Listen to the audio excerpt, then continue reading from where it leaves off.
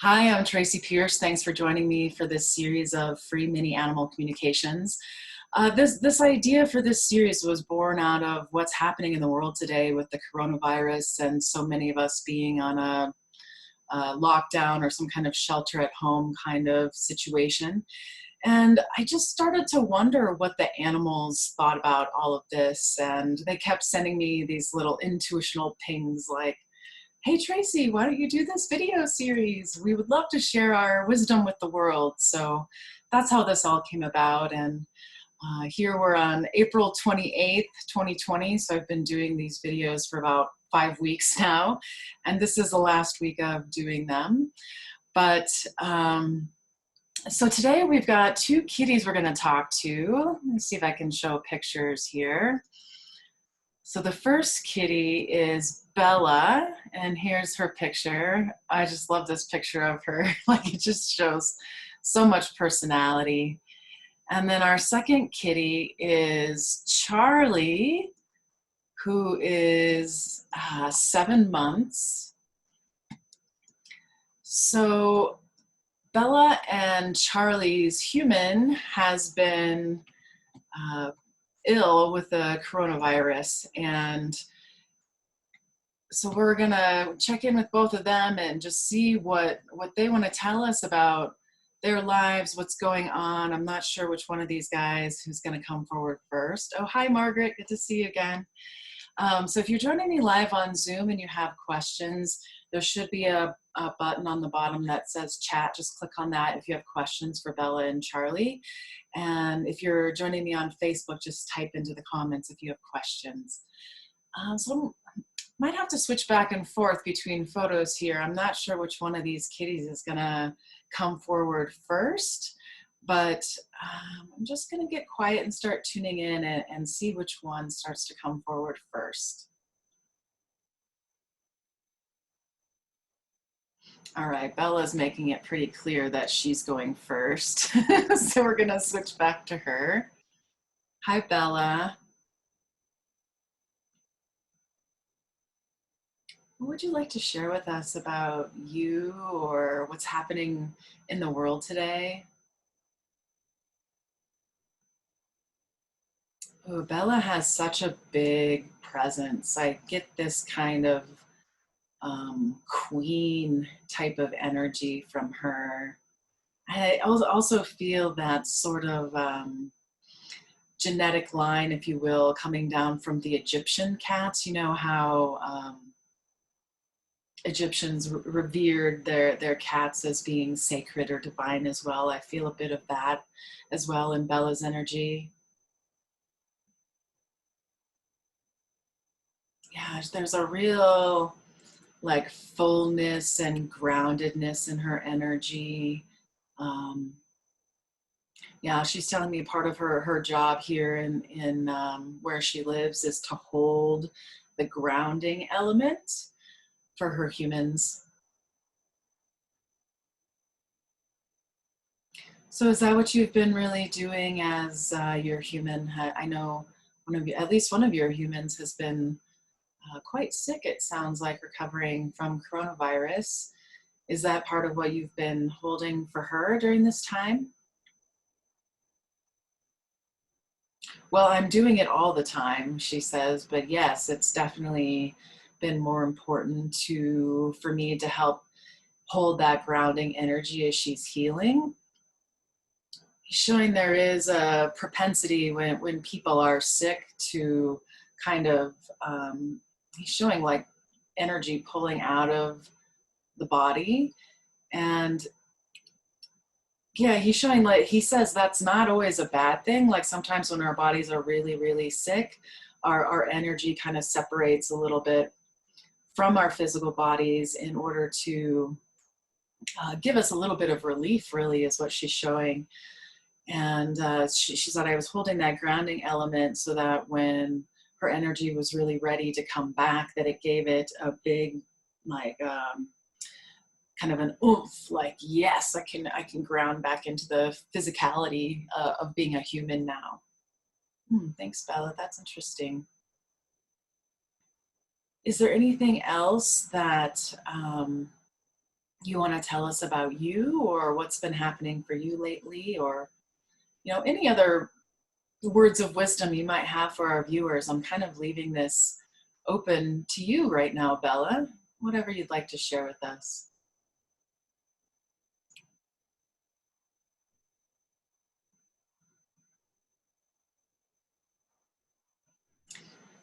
Uh, well, so she's showing me this layer. It's almost like it feels kind of similar to that groundingness that she holds.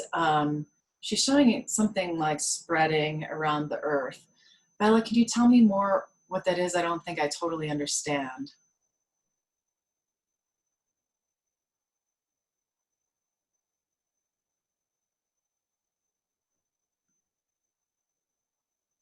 I almost feel like it might be the virus that you're showing me spreading. Is that what you're showing me, Bella? Yeah, she's showing the way the virus is spreading around, that it has this way of changing humans' consciousness, she says. Um, can you say more? So, can you say more about that? She feels like there's really this difference between, there's like different levels of humans, that some of them they're with this energy that's coming around with regard to the virus. Like some people's energy is going higher and then some people's is going lower. Like there's something about this, she's showing like the virus actually has this kind of level of consciousness that if people plug into it, and she's saying like plugging your consciousness into it in a certain way, that it can have this effect of really drawing your energy down. Okay, and she says like there's other people who are doing a lot better during the situation, who are able to kind of put their consciousness higher than yeah, this layer of the virus. It just feels kind of gross as she's showing it to me. There's yeah, like there's a way of bringing your consciousness above it. Is there anything else that you want to say about that or expand on that? No, that feels pretty good. Okay, so checking for questions. We do have some questions. Um, so we'll ask this to both Charlie and Bella. Maybe we'll come to Charlie in a moment. But Bella, what is it that makes you the happiest? Your human would like to know.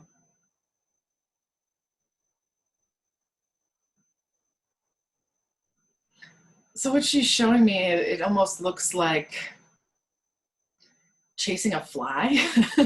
Like there's a fly kind of flying around. She's showing like jumping around and going for it. She's like, I don't mean that activity specifically, but anything that makes my energy feel like that, those are my favorite kind of things. So it's not necessarily just one thing. It can be when somebody is around me and their energy even makes me feel, she's like, it just makes me feel like a dancing cat chasing a fly. like those, it's that kind of energy that she's really looking for, that bring her the most joy, she says. Yeah, it makes me feel like a young kitty again. And Chris, it looks like Bella, it looks like Chris has a question about your tail. Can you tell us about your tail?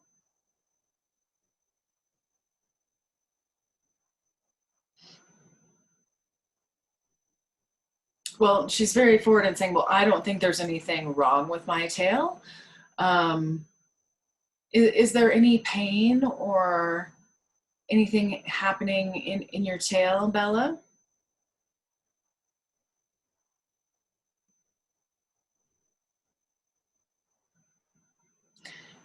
So I'm not sure what the actual situation is, Chris, but I get this sense of that she doesn't have a lot of like tactile feeling in her tail anymore. Like when I tune into it, it almost feels like um, sort of like a numbness, or like this extra thing that's being kind of carried away or carried along with her.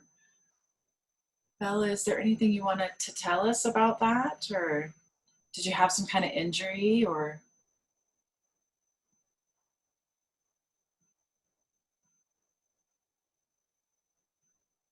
So she's showing it's almost like maybe the last 1/3 of her tail. It like there was a whack.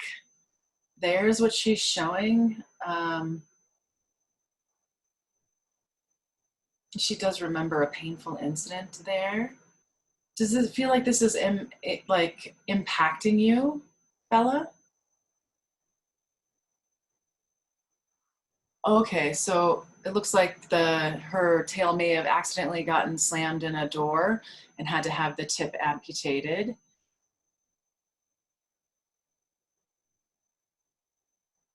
Bella, is there anything you want to tell your human about that? Yeah, she said there has been some impaction, like how she feels her tail now. I don't know a lot about cat anatomy and how it all works, but I do get the sense that she doesn't have that same feeling in her tail. Bella, is there anything else that you want to tell her?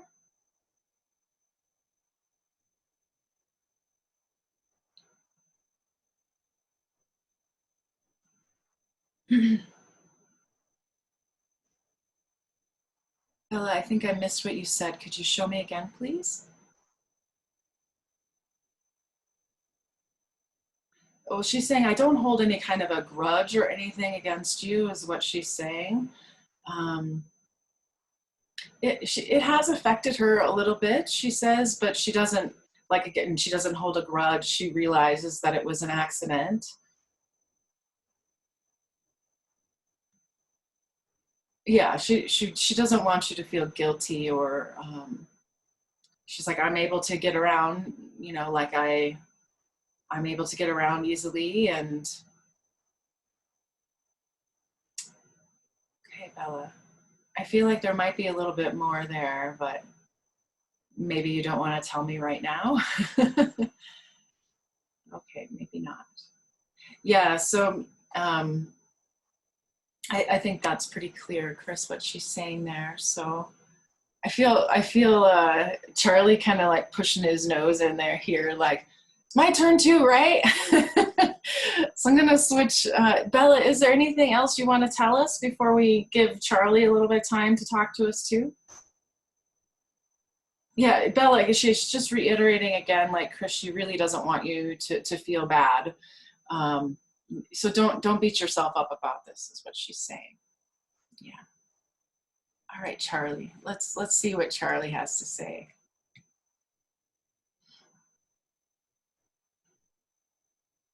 You can I mean, he's like this kid. He's only 7 months old. You can kind of tell from the picture too. He's very much still a kitten. He's got that really. He shows me running really fast around the house.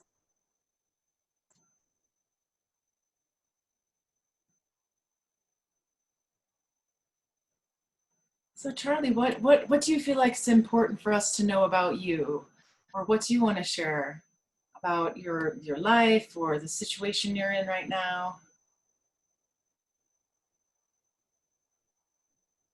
He's really loved having you at home during this time, Chris, and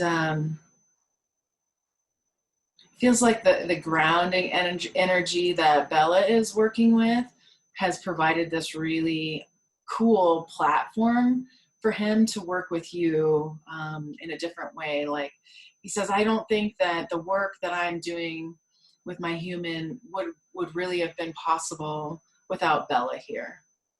So it sounds like you guys are kind of a team. Charlie, would that be accurate? Oh, yes. Yeah, Charlie says, well, I can tell Bella gets annoyed with me sometimes. Like, um, I'm just a little bit too fast and pew, pew for her. And he shows like a couple times her putting the smack down, like,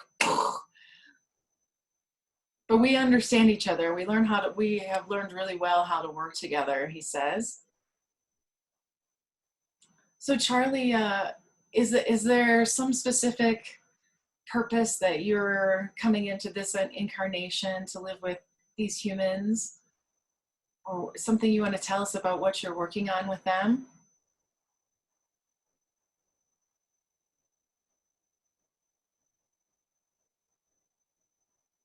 So he's showing me, and I don't know how much sense this might make to some of our viewers, but he's showing me the planet of Uranus. And as far as like planetary forces go, it's the planet of really fast, like super fast computers and super fast technology. And Charlie's showing me how he's really connected into this place of very fast thinking. And it's reflected in how quickly he moves his body now at this time.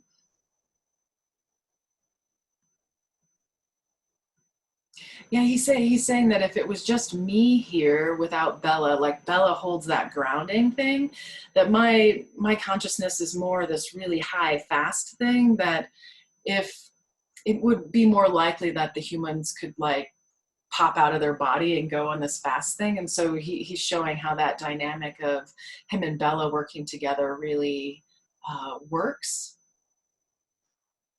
Oh, that's really cool. Charlie, let's see. Let's see. So we do have some other questions for you, Charlie. Um, Charlie, what is it that makes you the happiest? He's showing that fastness again. Like there's something about the quickness of his physical body. When he moves fast, it creates this almost kind of buzzing, and it helps him connect into that higher Uranian place, he's saying.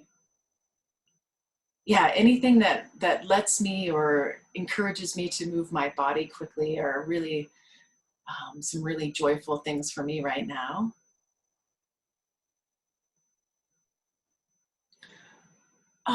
So we have a question here. Do you guys have any advice about the best way to introduce a new kitten into the household with an older one?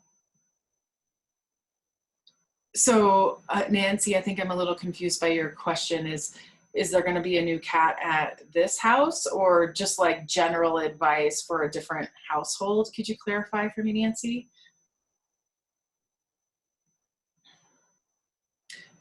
Yeah, Nancy, while you're, there we go. Just in general. Charlie, do you have any thoughts how or you guys have any advice how about introducing a new kitten to the household?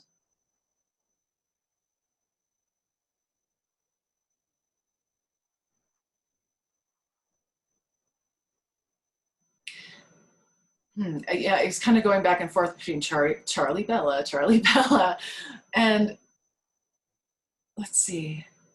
Yeah, it's interesting because they're saying that it's really unique for each individual situation, because there's so many different personalities and with cats, just like there are with humans.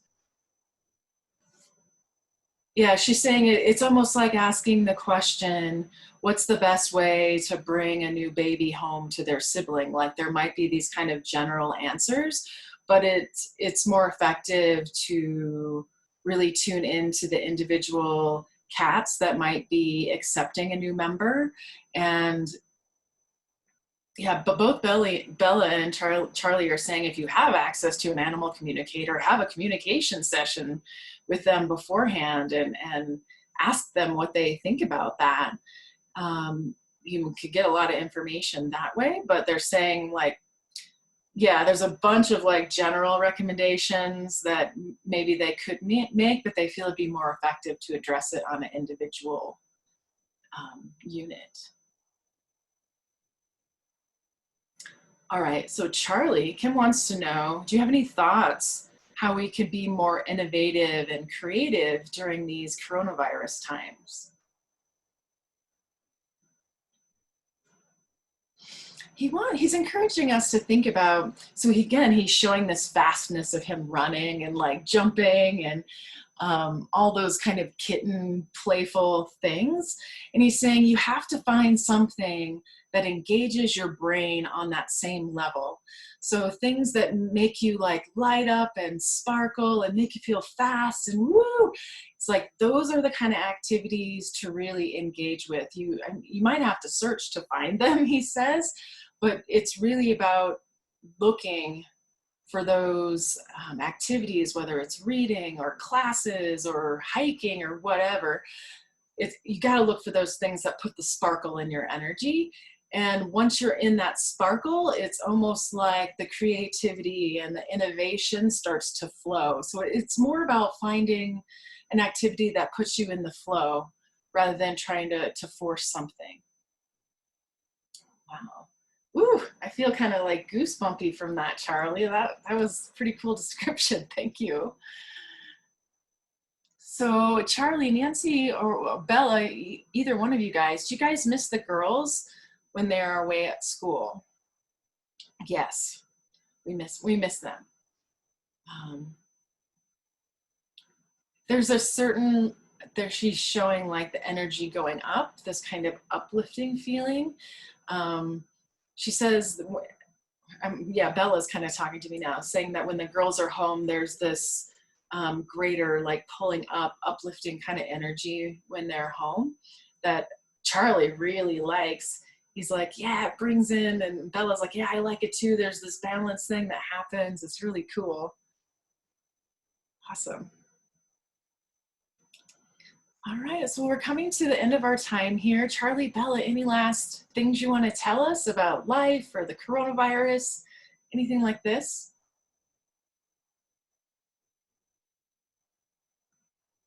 I get the sense they both feel like this is a very kind of exciting time. Like we could look at this pandemic as, yeah, there's a lot of people who are really suffering and having a hard time, but they're showing there's this I'm seeing this window, like there's this window of opportunity that they're showing. And so it's almost like things are getting narrow and we're going through this small thing, but it's going to open up into something much bigger. That's what they're showing. All right. Thank you so much, Charlie and Bella, for sharing your wisdom with us here today. I'm sometimes really just kind of blown away by what our animal friends had to share with us. And yeah, I'll be doing these sessions here for a few more days and just till the end of April.